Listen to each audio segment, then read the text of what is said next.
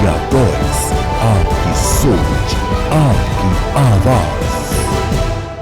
नमस्कार, स्वागत है आप सभी का खबर झारखंड में। मैं आपके साथ निकिता कश्यप। बुलेटिन की शुरुआत करते हैं। झारखंड के देवघर में मंगलवार के तड़के बस और ट्रक की भीषण टक्कर में कम से कम 5 कांवड़ियों की दर्दनाक मौत की खबर सामने आई है। तो वहीं आपको बता दें कि इस सड़क हादसे में 23 लोग गंभीर रूप से घायल बताए जा रहे हैं। देवघर जिला प्रशासन ने इस सड़क हादसे में सुबह 11 बजे तक 5 लोगों की मौत की जानकारी दी थी, लेकिन आपको बता दें कि स्थानीय सांसद निशिकांत दुबे ने एक्स पर पोस्ट करते हुए जानकारी दी है कि इस हादसे में लगभग 18 लोगों की दर्दनाक मौत हो गई है। तो वहीं आपको बता दें कि देवघर में एसडीओ रवि कुमार ने जानकारी देते हुए बताया कि सड़क हादसे की सुबह 4 से 5 बजे की सूचना मिली है और जिसमें कि देवघर से श्रद्धालुओं को लेकर वासुकीनाथ जा रही थी बस, और जहां पर प्राइवेट बस ट्रक से जाकर टकरा गई और उसके बाद बस ने अपना बैलेंस खो दिया और जिसके बाद आपको बता दें कि यह भीषण हादसा हो गया। उन्होंने यह भी बताया कि हादसे में ड्राइवर की दर्दनाक मौत हो गई है। इसके अलावा 4 और लोगों की मौत की पुष्टि की गई है। शवों को सदर अस्पताल में भर्ती कराया गया है, जहां पर उपचार भी जारी है। तो साथ ही साथ आपको बता दें कि 5 लोगों के मौत की पुष्टि हो गई है और इसके अलावा 23 लोगों का इलाज इस समय चल रहा है। यहाँ छोड़ रहा है ना, इसमें भी है, ये भी आउट ऑफ यूएस है।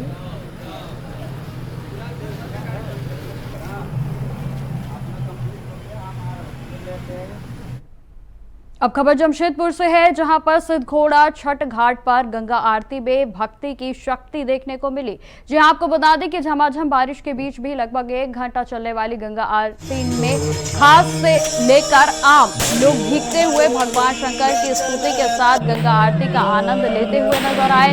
और किसी ने सर पर रुमाल रखा हुआ था तो कोई छतरी लेकर आरती के नजारे को देखता हुआ नजर आया। तो वहीं आपको बता दें कि सैकड़ों लोग बारिश की बूंदों में भीगकर मां गंगा की आरती में शामिल हुए, जहां पूर्व मुख्यमंत्री रघुवर दास ने कहा कि यह गंगा आरती उन भक्तों के लिए खासकर है जो कि बनारस जैसी जगहों पर इस तरीके का आनंद लेते हैं।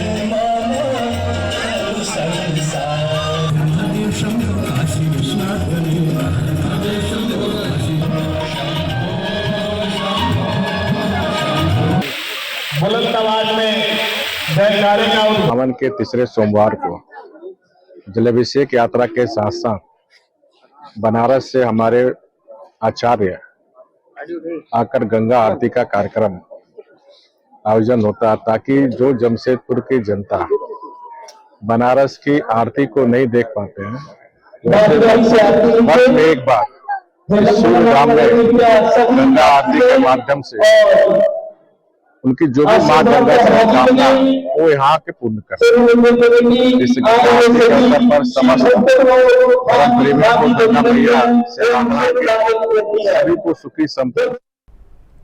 अब खबर बुंडू से है, जहां पर मुंडा डामारी गांव में आज सुबह एक बड़ा हादसा होते होते टल गया, जब ग्रामीण राधा पातर मुंडा का कच्चा मकान अचानक से भरभराकर गिर पड़ा। तो वहीं आपको बताते चले कि घटना के समय घर की महिला रसोई में खाना बना रही थी। अचानक से आवाज सुनकर उन्होंने किसी तरह से अपनी जान को बचाया। तो वहीं आपको बता दें कि घटना के समय घर के 3 बच्चे और कई सदस्य बाहर आ गए थे और जिससे कि एक बड़ी जनहानि होने से टल गई है।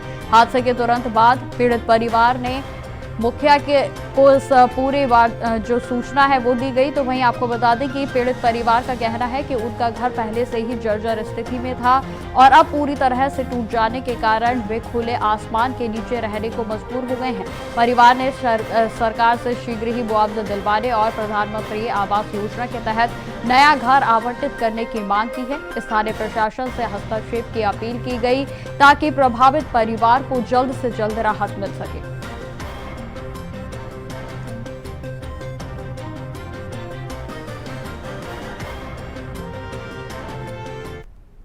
किया है सरकार से दरखास्त कि हम लोग का घर दीजिए। हम लोग का छोटा छोटा बच्चा है, घर हम लोग का एक ही तो घर है, यहाँ पर हम लोग सबको सोते भी हैं, हर चीज़ यही घर में करते हैं।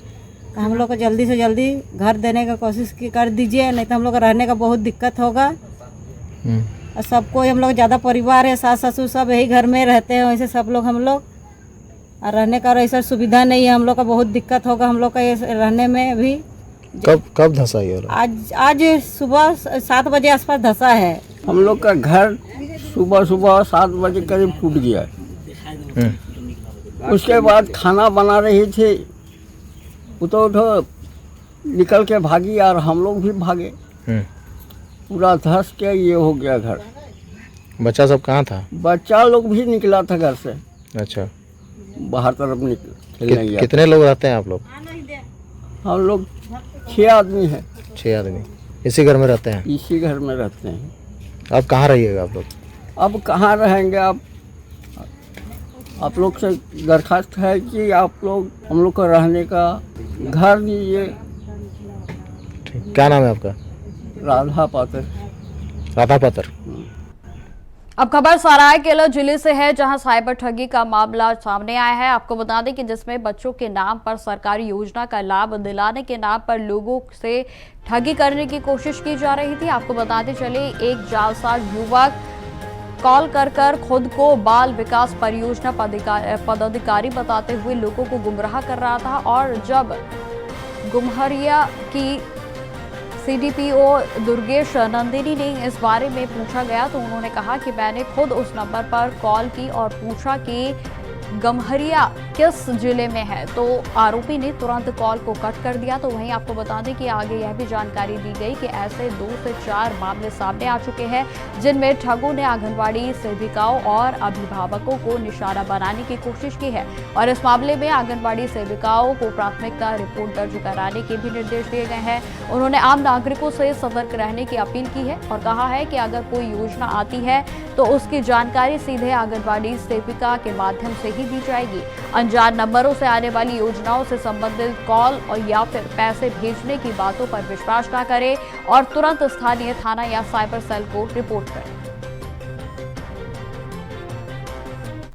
था कि मैं सीडीपीओ गम्हरिया बोल रहा हूं बोल के, और 7294928279 नंबर है, जिसमें कि ये फ्रॉड कॉल है। और ये चूँकि जो ठग होते हैं, जो स्कैम करते हैं, स्कैमर होते हैं, और ख़ास करके जो साइबर स्कैम करते हैं, तो ये लोग जो है इस तरह से फ़ोन कर रहे हैं सेविकाओं को भी, और अन्य जो रूट लेवल के जो व्यक्ति काम कर रहे हैं, जो लाभुक हैं, उनको भी कॉल करके, और ये लोग जो है इस तरह से फ्रॉड कॉल करके क्राइम को बढ़ावा दे रहे हैं। तो मैं सभी लोगों से, और जो स्थानीय जनता है या जितने भी लोग मेरे को देख रहे हैं, सभी से मैं कहना चाहूँगी कि सीडीपीओ गम्हरिया जो मैं हूँ, उसमें उसको मेरा नंबर है 7763029912, और इस तरह के नंबर से अगर 7294928279 के नंबर से अगर कॉल आता है तो तुरंत इसकी सूचना जो है थाना में अवश्य दीजिए। और इसके संबंध में हमने उचित कार्रवाई हेतु सूचना दे दी है। और इसके अलावा जिनके साथ ये फ्रॉड कॉल हुआ भी है और स्कैम हुआ भी है, तो उन्होंने भी ये सूचना दी है। सतर्क रहे और सावधान रहे, क्योंकि इस तरह के फ्रॉड कॉल बहुत सारे आ रहे हैं, और इससे सभी हमारे जो स्थानीय, हमारे ग्रामीण गणमान्य लोग हैं, जनता है, हमारे लाभुक लोग हैं, सभी लोग इसमें सावधान रहें और सतर्क रहें। खबरों में आगे बढ़ते हैं। झारखंड के ग्रामीण क्षेत्रों में सड़कों का जाल बिछाने में एक तरफ सरकार तेजी से लगी हुई है, तो वहीं दूसरी तरफ ईचागढ़ विधानसभा की एक सड़क ऐसी भी है जहां लोगों को जान जोखिम में डालकर चलना पड़ रहा है। जी आपको बताते चले कि यह सड़क सरायकेला खरसावां से NH 33 को जोड़ती है, और यहां से हर रोज हजारों की संख्या में मजदूर भी गुजरते हैं। यह तस्वीर है ईचागढ़ विधानसभा की। तकरीबन हजारों के आबादी वाले इस गांव के बीचों बीच होकर सड़क से जाना पड़ता है, और इसी पर हमारे संवाददाता ने एक विशेष रिपोर्ट भी तैयार की। क्या कुछ उनकी ओर से बताया गया है, देखिए। सरायकेला से NH 33 को जोड़ने वाली सड़क की अगर बात करें तो सड़क बेहाल है। सड़क में गड्ढा या गड्ढे में सड़क, ये तो कहना बड़ा मुश्किल है, लेकिन हालात आपको दिखाते हैं कि सड़क का कैसा है। आप इस सड़क को देखिए, यहाँ पे लोगों को चलना काफी मुश्किल हो रहा है। कैसे लोग आ रहे हैं, कैसे लोग जा रहे हैं, ये तो वही जाने, लेकिन जो स्थिति है वो काफी भयावह है। लोग काफी परेशान हैं, लोगों को आने जाने में परेशानी होती है। स्कूली बच्ची को आने परेशानी होती है, लेकिन इस परेशानी को समझे तो समझे कौन। लोग यहाँ पे खड़े हैं, कई लोग ऐसे हैं जिनसे आपको बात कराएंगे कि किस तरह से परेशानी होती है। बाबा क्या परेशानी है रोड का? परेशानी तो है, गड्ढा हो गया पूरा यहाँ से आपका ब्रिज तक, मानो कि नदी तक, सुवर्ण रेखा नदी तक गड्ढा ऐसे ही हो गया। अच्छा, तो कैसे जाना जाना करते हैं? आने जाने तो करते हैं, इसी में क्या करें, कोई उपाय नहीं है, दूसरा रास्ता तो हम लोग का है नहीं। परेशानी है, परेशानी बहुत है। मतलब बारिश हो जाता है, बारिश हो जाता है तो ये पानी जम जाता है, सब में पूरा भर जाता है पानी। खैर, बारिश हो जाता है तो पानी जम जाता है। और आपको कुछ और लोगों से बात कराते हैं। भैया कि क्या स्थिति है रोड का? अगर रोड का स्थिति तो बहुत खराब है। कैसे आप लोग आना जाना करते हैं? क्या करें, मजबूर है, आना जाना, और रास्ता तो कोई है नहीं, एक ही तो रास्ता बचा है। कौन रोड है? क्या ये टाटा कांड्रा चांडिल है, सरायकला। सरायकला से जोड़ने वाला है ना, सर्टिफिकेट तो कर। हाँ, सरायकला में तो जोड़ने वाला है, लेकिन यहाँ से बोलने का तो जोड़ा हुआ है। जिला रोड तो है ही है, जिला रोड है, तो क्यों नहीं बनता? क्या वजह है? अब क्या क्यों नहीं बन रहा, वो तो हाँ, वो तो हम लोग कैसे बताएंगे, वो तो विभाग वाला जाने। तो कैसे आप लोग आना जाना कर रहे हैं? कितना रिक्स है आप लोगों को? रिक्स तो है, रिक्स है, आना जाना ऐसे ही कर रहे हैं। आपको हम अपने पीछे देखिए गाड़ी दिखाते हैं कि किस तरह से गाड़ी का हाल है। अगर गाड़ी देखिए, गाड़ी निकालने में मुश्किल हो रहा है। कैसे कैसे लोग गाड़ी निकाल रहे हैं। गाड़ी निकालने में जो परेशानी है वो आपको गाड़ी वाले से खुद बात कराते हैं कि गाड़ी वाले से किस तरह से परेशानी का सामना। बहुत परेशानी का झेलना पड़ रहा। देखिए ना, चक्का आगे का पंचर हो गया, मट्टी में कैसे बना के निकाल के लाए, ये सब रास्ता है। खाली वोट मांगने का समय सबको ये आ जाता है, ठीक है। लोग यहाँ नजदीक है, बताइए जब चांडिल यहाँ से ही बात है, नजदीक है। रोड हम लोग को अच्छा चाहिए ना, वोट किस लिए दिए कि हम लोग को अच्छा रोड नाली ये सब होना चाहिए ना। तो क्या है, हमारा रोड है तो बोलते हैं मोदी जी विकास हो गया। क्या विकास हुआ? यही है ना हमारा विकास। गड्ढा देख लिए। विकास की बात करें तो विकास जो दिख रहा है वो आप गड्ढे में देख सकते हैं। और यहाँ पे लोग और भी हैं जिनसे आपको बात कराएंगे किस तरह से विकास और क्या विकास की धारा है। क्या लग रहा है देख करके आपको? हम लोग तो सर झारखंड जमशेदपुर में चांडिल अनुमंडल का रोड है, इसमें आए हैं। ये रोड का काफी खराब स्थिति है, बहुत जर्जर हो चुका है, आने जाने लायक नहीं है, बहुत परेशानी का सामना झेलना पड़ रहा है। इतना बड़ा बड़ा गड्ढा है कि बाइक सवार अगर कोई गिर जाता है तो उसको काफी गंभीर चोट आ सकता है। हम लोग 4 चक्का गाड़ी से, हम लोग को भी आने जाने में बहुत कठिनाई हो रहा है, बहुत परेशानी हुआ अभी आने में। किसी तरह हम लोग निकल के अभी आए हैं। तो हम सरकार से निवेदन करेंगे कि ऐसा जो भी जर्जर रोड की स्थिति है उसको मरम्मत किया जाए। जी, हम आपको ये बताए थे कि सड़क की हालत ऐसी है कि बच्चों को स्कूल आने जाने में परेशानी होती है और बच्चे काफी परेशानी से स्कूल जाते हैं। हमारे पीछे देखिए कि स्कूल के बच्चे आ तो रहे हैं, लेकिन किस हालत में आ रहे हैं? आखिर वो जाए तो जाए कहाँ? आखिर जाएंगे तो कैसे जाएंगे? देखिए ये सारे बच्चे हैं, किस तरह से आ रहे हैं। आपको बच्चों से बात कराते हैं। बाबू 1 मिनट, कितना रोड खराब है? बहुत। क्या परेशानी होता है? जाने का, जाने आने का डर लगता है? हाँ। क्या डर लगता है? बहुत ऐसा है, गड़ा सब है तो डर लगता है। तो क्यों नहीं बनता रोड? पता नहीं सरकार को क्या बोलना है? हाँ, क्या बोलना है रोड को लेकर? रोड बनना चाहिए, बनना चाहिए, बना दे। आप देखिए, ठीक बच्ची, छोटी छोटी बच्चियां देखिए किस तरह से साइकिल लेकर के आ रही है। साइकिल पे चढ़ नहीं रही, साइकिल हाथ में लेकर के आ रही है। जिस तरह से रोड है वो रोड पे चलना बहुत मुश्किल है। आपको कुछ बच्चे से बात कराते हैं। बाबू क्या बताओ, रोड का हाल है? बहुत खराब हाल है। रुको रुको, क्या होना चाहिए बताओ ना, क्या होना चाहिए बताओ? रोड ये रोड ठीक करवाना चाहिए, बहुत परेशानी होता है यहाँ। किस तरह का परेशानी हो रहा है? इधर गड्ढा बहुत है तो चलने में साइड में बहुत परेशानी होता है। ऊपर से गाड़ी भी गिर, इधर एक्सीडेंट हो जाता है। कौन स्कूल की छात्रा थी? ये एचएस चैनपुर। ये वो स्कूल की छात्र थी जो आपको बता रही थी कि रोड का हाल कैसा है। और यहाँ पे कुछ युवक भी हैं, बात करेंगे। क्या स्थिति है रोड का? अरे दादा क्या बोलेंगे, यहाँ तो लगता है कि माने जान जोखिम में लेके रोड में चलना पड़ रहा है। खबरों में आगे बढ़ते हैं। झारखंड में मतदान केंद्रों की संख्या बढ़ाई जाएगी। जी हां, आपको बता दें कि मुख्य निर्वाचन पदाधिकारी रवि कुमार ने जानकारी देते हुए बताया कि राज्य में मतदान केंद्रों के नजरी नक्शे को जो है पूरे तरीके से नया बनाया जाएगा और जो कि जियो फेंसिंग की प्रक्रिया चल रही है और जिसमें इसके तहत मतदान केंद्रों की संख्या बढ़ाने का निर्णय भी लिया गया है ताकि हर मतदाता को अपने मतदान केंद्र तक पहुंचने के लिए 2 किलोमीटर से कम की दूरी तय करनी पड़े। उन्होंने यह भी स्पष्ट किया है कि प्रत्येक मतदान केंद्र पर 1200 से अधिक मतदाता ना हो और जिससे कि मतदान की प्रक्रिया सुचारू और सुविधाजनक बन सके।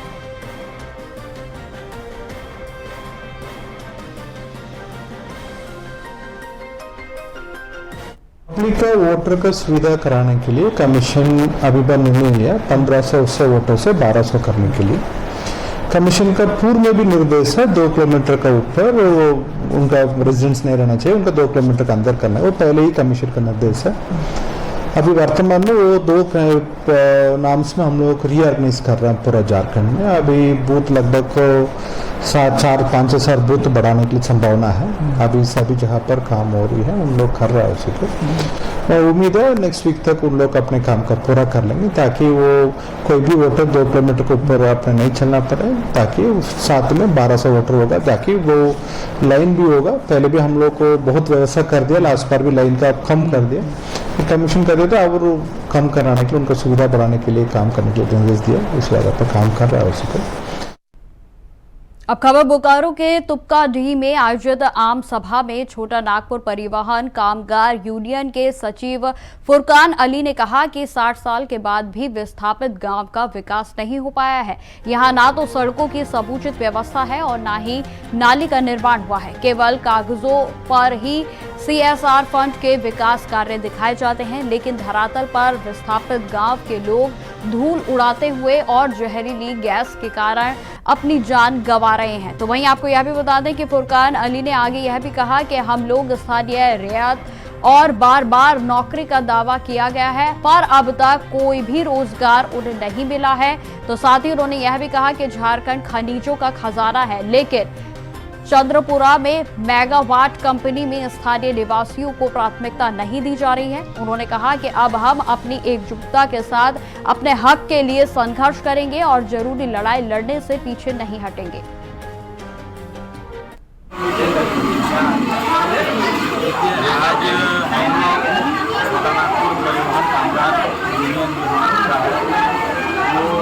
झारखंड राज्य अलग होने से पहले का हम लोग का रजिस्ट्रेशन है, वो कुछ दिन तक चला और मेरा पिताजी बीमार होने के कारण नहीं चल पाया। और अभी हम लोग वही यूनियन को हम लोग फिर से चाह रहे हैं कि हम लोग उसको विस्तारीकरण करेंगे, और वही हम लोग विस्तारीकरण। और अब खबर रामगढ़ जिले से है, जहां राजरप्पा थाना क्षेत्र के बोरो बिंग चेक नाके में पुलिस ने बड़ी मात्रा में अवैध डोडा बरामद किया है। जहां आपको बता दें कि पुलिस ने 18 बोरा डोडा पकड़ा है और जिसका बाजार में मूल्य लगभग 25,000 रुपए बताया जा रहा है। और इस कार्रवाई में 2 संदिग्ध व्यक्तियों के साथ साथ एक पिकअप वैन भी जब्त की गई है। रामगढ़ SP अजय कुमार ने इस पर जानकारी देते हुए बताया कि गुप्त सूचना के आधार पर SDPO के द्वारा इसमें नेतृत्व में राजरप्पा थाना प्रभारी और उनके पुलिस बल ने चेकिंग के दौरान पिकअप वैन को बैरिकेडिंग लगाकर रोककर तलाशी की और इस दौरान अवैध डोडा भरे होने का भी पता चला। उन्होंने बताया कि इस मामले में 2 लोगों को हिरासत में लेकर पूछताछ जारी है। तो वहीं आपको बता दें कि SP अजय कुमार ने कहा है कि पुलिस अवैध खनिज व्यापार पर कड़ी नजर रखे हुए है और ऐसे अपराधों को रोकने के लिए लगातार क्षेत्र में छापेमारी भी की जा रही है और यह कार्रवाई कानून व्यवस्था बनाए रखने की दिशा में एक महत्वपूर्ण कदम है। शाम में लगभग 3:45 बजे मुझे सूचना प्राप्त हुई कि हमारे राजरप्पा थाना क्षेत्र से एक गाड़ी गुजरने वाली है, जिसमें कि कुछ नारकोटिक्स, उसमें कुछ पदार्थ लदे हुए हैं। इस सूचना के सत्यापन पर तुरंत हमने SDPO रामगढ़, थाना प्रभारी राजरप्पा कृष्ण कुमार को तुरंत हम एक टीम बनाई और टीम के द्वारा तुरंत रश किया गया। बोरोबिन चेक नाके पे ये टीम पहुंच के वहां पे तत्परता से उन्होंने पूरी तरह झाड़ियों में छुप के और चेक नाका वहां पे लगाया और जैसे ही ये गाड़ी आई तो उस गाड़ी को रोकने का इन्होंने प्रयास किया। JH1C 7235। अब खबर राजनगर से है, जहां कस्तूरबा गांधी बालिका विद्यालय में श्री पीएम विद्यालय में लोकार्पण कार्यक्रम सीधा प्रसारण आयोजित किया गया। आपको बता दें कि राष्ट्रीय शिक्षा नीति 2020 के 5 वर्ष पूरे होने पर शिक्षा मंत्रालय भारत सरकार के द्वारा दिल्ली में विशेष कार्यक्रम को आयोजित किया गया और इस अवसर पर राज्य के 24 जिलों में एक पीएम श्री विद्यालयों का लोकार्पण भी किया जाना था। तो वहीं आपको बता दें कि सरायकेला जिले के राजनगर कस्तूरबा गांधी बालिका विद्यालय में मंगलवार को भारत सरकार के इस कार्यक्रम का सीधा प्रसारण LED। तो वहीं आपको बताते चले कि कार्यक्रम में मुख्य अतिथि प्रखंड विकास पदाधिकारी मलक कुमार के साथ साथ तमाम कार्यकर्ता भी मौजूद रहे। तो वहीं मलक कुमार ने इस मौके पर कहा कि यह पहल शिक्षा के सुधार और छात्रों के सर्वांगीण विकास के लिए बेहद महत्वपूर्ण है। उन्होंने यह भी कहा कि पीएम श्री विद्यालय के रूप में यह विद्यालय शिक्षा की गुणवत्ता को नई ऊंचाइयों तक ले जाएगा। हमारी शिक्षा नीति है नेशनल एजुकेशन पॉलिसी, ये 2020 में हम लोगों को आया था और इसका 5 साल कंप्लीट हुआ है और इसी के तहत जो हमारे माननीय मंत्री जो है वो नेशनल लेवल पे कार्यक्रम किए हैं, जिसमें हमारे माननीय शिक्षा मंत्री जो राज्य के हैं रामदास सर वो भी गए हुए हैं और एक तरह से कहीं तो ये बहुत रिवोल्यूशनरी पॉलिसी है, क्योंकि इसमें जो हमारा एफोर्डेबिलिटी, एक्सेसिबिलिटी, इक्विटी और लोगों को जो है वो कहीं ना कहीं समान भाव से सारा चीज शिक्षा देना ऊपर से लेके नीचे तक, यही है सरकार का मतलब, ताकि कहीं ना कहीं एक चेंज इस तरह का हो कि। खबरों में आगे बढ़ते हैं। सिल्ली थाना क्षेत्र के पतराहातू तेलता पुल के पास मंगलवार को अवैध बालू उठाव को लेकर बालू माफिया और एक जमीन मालिक के बीच हिंसक झड़प हो गई। आपको बता दें कि जानकारी के अनुसार जब जमीन मालिक ने पुल के नीचे चल रहे अवैध खनन का विरोध किया तो बालू माफिया ने उस पर जानलेवा हमला कर दिया और जिससे वह गंभीर रूप से घायल हो गया। तो वहीं आपको बताते चले कि ग्रामीणों की सूचना पर कई घंटे बाद पहुंची पुलिस ने मौके से 4 ट्रैक्टर को जब्त कर लिया है। तो वहीं घायल को अस्पताल में भर्ती कराया गया है। गौरतलब है कि NGT के निर्देश के बावजूद पतराहातू, पोगड़ा और उसके साथ साथ रंगा माटी में कडिया घाटी के क्षेत्र में अवैध बालू खनन धड़ल्ले से चल रहा है। कुछ दिन पहले ही सिल्ली विधायक अमित कुमार महतो ने राहे इचाहातू के अवैध बालू उठाव के खिलाफ छापेमारी कर 15 घंटे धरना भी दिया था। तो वहीं आपको बता दें कि गाड़ियों को जब्त कर पाया गया है, मगर सवाल यह है कि जब विधायक ने बालू घाटों को बंद कराने का निर्देश दिया था तब फिर यह अवैध खनन किसके संरक्षण में हो रहा है।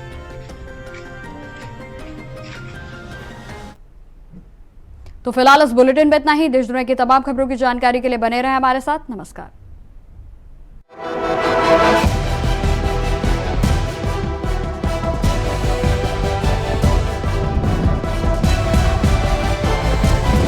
इंडिया वॉइस, आपकी सोच, आपकी आवाज।